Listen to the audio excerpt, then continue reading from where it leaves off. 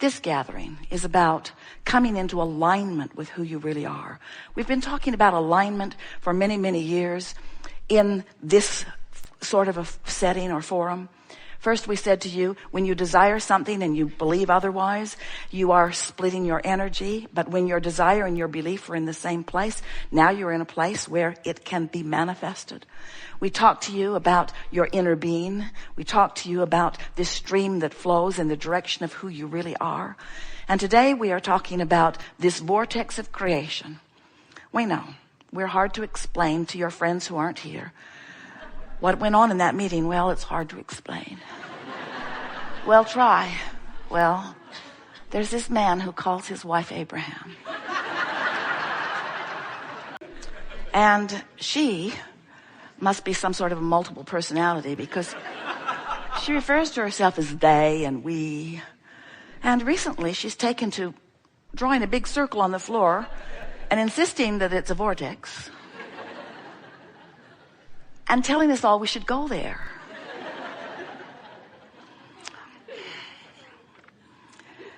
We are endlessly looking for ways to help you focus on a vibration that you cannot translate through your physical senses. Your physical reality is so intoxicating to you because you see it with your eyes and hear it with your ears and smell it with your nose and taste it with your tongue and feel it. It's this tactile reality. You say it's real because I'm translating it, and so are others. And we want you to know that there is a vibrational reality that is more real than the reality that you're translating. It's just that you can't translate it with your eyes and ears. It's a vibration that is translated through your emotional sensors. It's a vibration that lets you know. In other words, how do you describe the sensation? In other words, there's smelling and there's seeing. Yes. There's tasting and there's touching. But what about knowing? Can we call knowing a sense? What about believing? Is believing a sense? Is hoping a sense? In other words, these are emotions, but don't you just love the taste of ice cream? And don't you just love the taste or the knowing of your own worthiness? Don't you just love the alignment of source? Don't you just love being tuned in, tapped in, turned on, a vibrational extension of all that you are, here focused in this body? Yes, seeing and hearing and smelling and tasting and touching and knowing and loving and fully functioning as source energy in a physical body. That's what you came for. Not one of you said, I'll go forth and I'll pinch myself off from knowing and loving. I'll pinch myself off. I'll sacrifice who I am. I'll struggle and I'll make it happen. And we say, you're getting carried away with that. You're carried away with that. In other words, it's so interesting to watch so many of you making your decisions and making your action from outside the vortex when it's really, really, really, really hard. You are translating vibration, and that's why you see. And you are translating vibration, and that's why you hear. And that's why you smell and taste and touch. You are translating vibration. But you have another sensor that translates vibration more precisely than all of your other sensors put together. And you might say, how could anything be more precise than my vision? We say your emotional guidance system is you can feel vibrational alignment or not.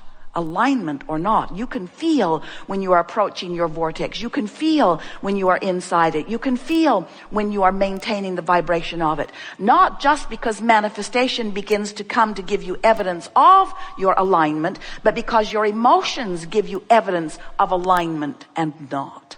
The better you feel, the more in vibrational sync you are. The animals know it.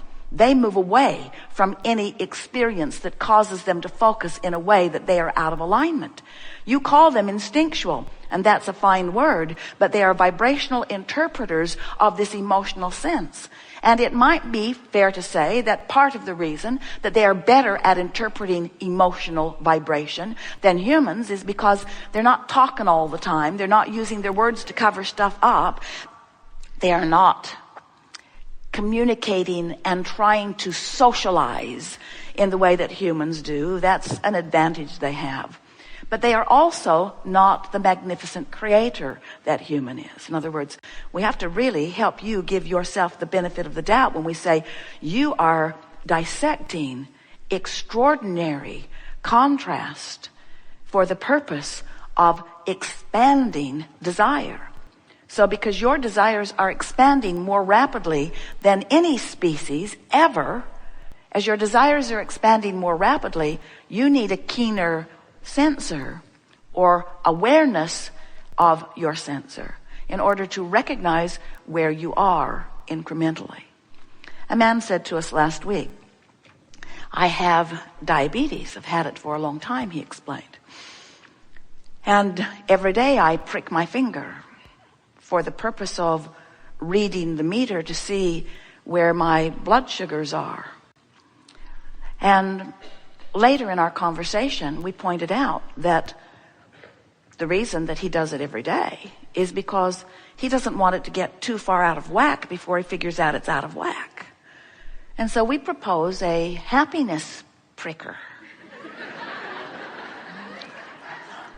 In other words, wouldn't it be nice if you caught your misalignment in the early subtle stages before you go into a coma? Wouldn't it be nice if you had that much attention? In other words, he's wise enough to know he wants to stay in balance. By the time this workshop comes to a close, we think it would be really nice if you had decided that you're going to pay attention to where you are emotionally and that you're going to make that your number one priority. And rather than just accepting what is as a condition that you have no other option other than to observe, that you care so much about your happiness indicator that you choose the thoughts based upon alignment. In other words, this man does not choose the food because of the way it tastes. He chooses the food that he eats because of the indicator that he's checking. And we think it would be a really good idea if you would choose the thoughts you think because of the indicator it will give back to you, not just because it's something that's there. The squeaky wheel gets the oil, and it also gets your attention, and it also takes you out of the vortex over and over and over and over again. And your excuse is, but Abraham, it's true. And we say, so what? There are a lot of things that are true that you don't want to include in your vibration and create in your experience. So that's really not a good indicator, just because something's true, that you would give your attention to it. The indicator is, how does it feel when I think about it? And is there a way that I can think about it that feels better to me? And if there isn't a way that I can think about that feels better to me, then I'll think about something else that does feel better to me. And you go along with that so far. You say, well, I like that. I can guide my thoughts to a certain extent, but there are these hot buttons in my life. There are those issues, these people that push my buttons. And we say, really, nobody has access to your buttons but you. Really, nobody does. Jerry and Esther were laughing because they were just here just a few months ago.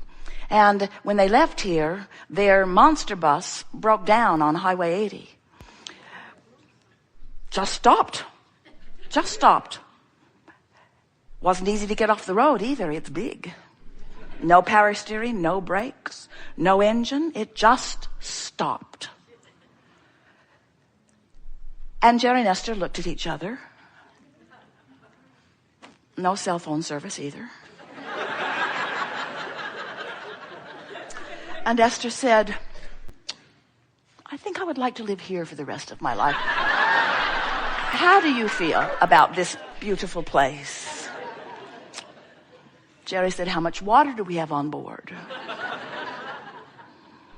And then they began to laugh because before they were here, they were in San Antonio. And when they were in San Antonio for 9 days, Esther had a long list of things to do, and she was going to make it happen or die trying. And Jerry was in the vortex. And Esther attributed him being in the vortex to the fact that she had the list.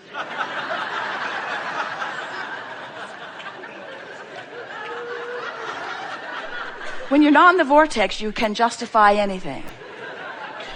So Jerry is bounding around the property. He's entertaining everyone. He's working with the building crew. He's making plans. He was just flowing with the stream. He was tuned in, tapped in, turned on. And Esther was smiling and polite and working very hard to get everything done. And Jerry said, I think I'm going to take the bus over to Detroit Diesel. We haven't had it serviced for a while. And Esther said, well, we're on our way to Marathon. Can't we do it there? And Jerry said, I don't know. I just feel like I'd like to take it over. And Esther said, it's 50 miles over there. And if they need to keep it, everything I need is in it. And we have such a short period of time as she began defending her out of the vortex position. And now as they're sitting on the side of the road,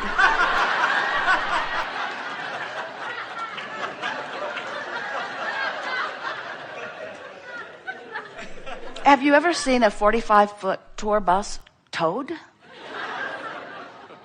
was very interesting. And it had a big hole in the big intake air. And so that's why they hadn't had much power in the mountains, and it's why they were off on the side of the road. And then Esther said to Jerry, I'm having an epiphany.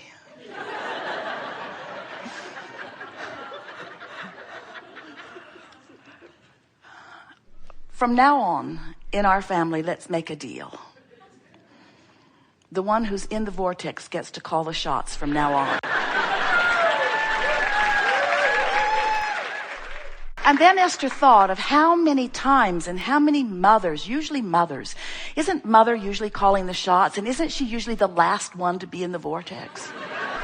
Her feeling of responsibility is so great. Her feeling of sacrifice often is amplified. In other words, you get what we're talking about, don't you? In other words, it's so easy to focus upon the details of life and get bogged down to the point that you're not even a distant memory of the true being that you really are. And then the harder it goes, the harder you dig in, and the harder you dig in, the more you justify, and the more you justify, the harder it goes, and the harder it goes, the more you dig in, until you have a breakdown on the side of the road. And so we want to talk about getting in the vortex. We want to talk about making it your highest priority. We want to talk about getting in the vortex because that's where you rendezvous with all of your clarity and all of your power, all of your wisdom, all of your knowing, all of your balance, all of your stamina, all of your well-being. That's where you rendezvous with everything you want. That's where you meet up with everything that you've put there, you see. And to spend any time doing anything else. Now we know Jerry and Esther have laughed about it even since then because they are always focusing and always wanting to be in the vortex. But sometimes things just happen, and when you focus, you're not. And sometimes Esther will find herself saying, Jerry too, but not so much. He's usually standing off laughing at Esther. Jerry will say, want to take 15 minutes to meditate? And Esther will say, I don't really have time for that. And we're in the vortex saying to her, although she can't hear it, you don't have time not to get in the vortex. In other words, if you'll take the time to tune to the frequency of who you are, you're not just tuning to the frequency of who you are. You're not just tuning to your well-being. You're tuning in a way that allows your cells complete communication with one another and with Source. You're tuning in a way that allows you to be a cooperative component to everything that the law of attraction has already gathered and put into your vortex. And do you know the silly thing that's tripping you up? The only silly, really ridiculously silly thing that's keeping you from understanding this vortex and from being willing to acknowledge it and go right into it is that you are accustomed to translating reality through your eyes and your ears and your nose. You want to begin translating your reality through your love, through your joy, through your knowing, through the way you feel. We want you to say things such as, I can feel that, or I'm on my way to that. I can feel that. I'm reaching for the feeling of that. So, we have enjoyed this interaction immensely. It is delicious to come together with those like you, who are understanding a little more every day who you are and why you are here. The appreciation that we feel for your willingness to mix it up out there in the confusing world, while without knowing it, you are contributing to this magnificent vortex of expansion.